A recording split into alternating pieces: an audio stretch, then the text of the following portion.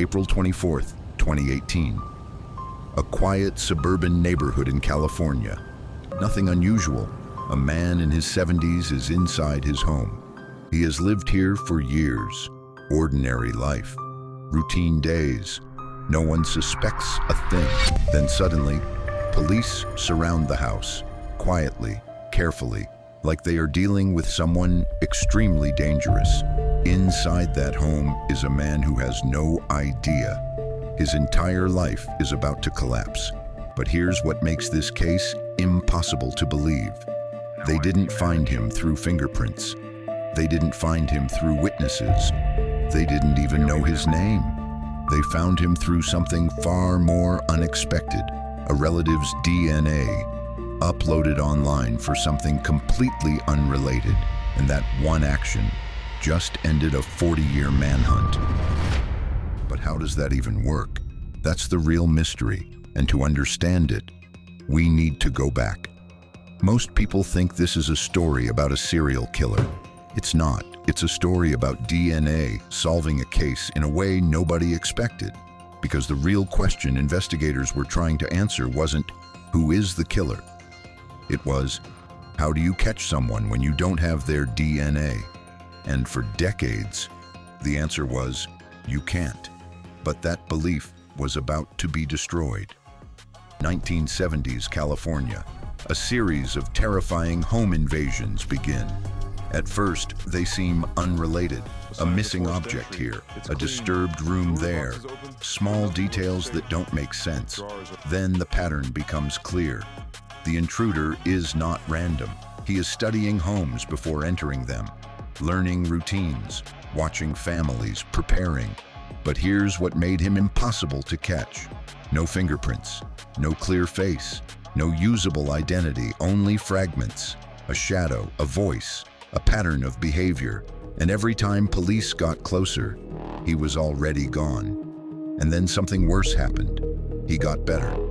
The case goes cold. Years passed, then decades. The attacks stopped. No warning, no final case, just silence. Investigators didn't know what that meant. Did he die, move away, or simply stop? The case slowly turned cold. Officers retired. Files got archived, and the world moved on. But one question never disappeared inside the investigation teams. How do you solve a case when there is no suspect left to find? At the time, there was no answer. Then came something unexpected.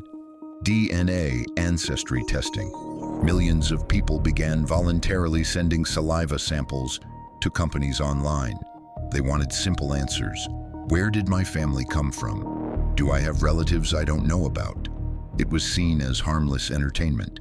But unknowingly, people were building something else. A global genetic map of human relationships.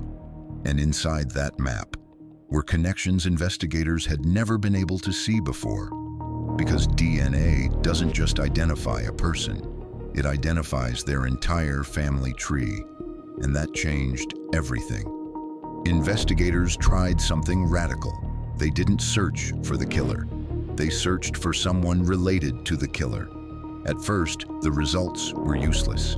Distant matches, unknown names, unrelated branches, but they didn't stop. They built family trees backwards, then sideways, then forward again. Hundreds of names, then dozens, then a handful. And slowly, a pattern began to emerge. One family kept appearing, one lineage, one connection, and at the center of it was a man investigators had never considered before. But they still weren't ready, because suspicion is not proof. They needed certainty, and to get that, they needed something from him directly. Investigators began surveillance. Quiet, patient, invisible. They followed him without him knowing. Not because they wanted to arrest him immediately, but because they needed one thing. DNA. Something he would discard. Something ordinary. A moment he would never think twice about. Then it happened. A small piece of evidence, collected silently, sent for testing. No alerts, no warnings, just science. And when the results came back, Everything changed.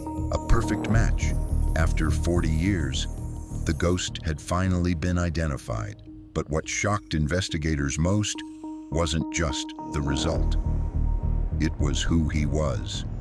He wasn't hiding in a bunker. He wasn't living overseas. He wasn't using a fake identity. He was living a completely normal life. Neighbors knew him.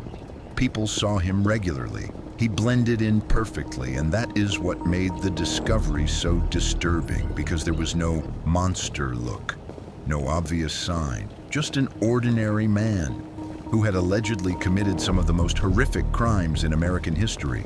And his name was Joseph James DeAngelo, the Golden State Killer, a former police officer, a grandfather, someone who had lived for decades, as if nothing had ever happened. But here's the part that changes everything. He was not caught because someone exposed him directly. He was caught because a distant relative uploaded their DNA online, not knowing what it would lead to. That single dataset created a chain of genetic connections, and that chain led investigators straight to him. Think about that.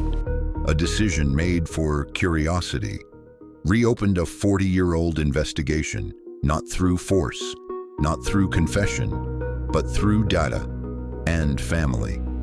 This case didn't just solve a mystery, it changed what hiding even means. Because today, criminal investigations don't need your DNA. They only need someone connected to you. And somewhere right now, someone who believes they got away with everything might already be connected to a database they know nothing about, waiting silently for science to catch up. And when it does, there will be no warning at all. Only a knock on the door, the same one that ended this story. If you think this case was shocking, the next one is worse, because this time, the killer didn't just hide from police, he hid from the entire system.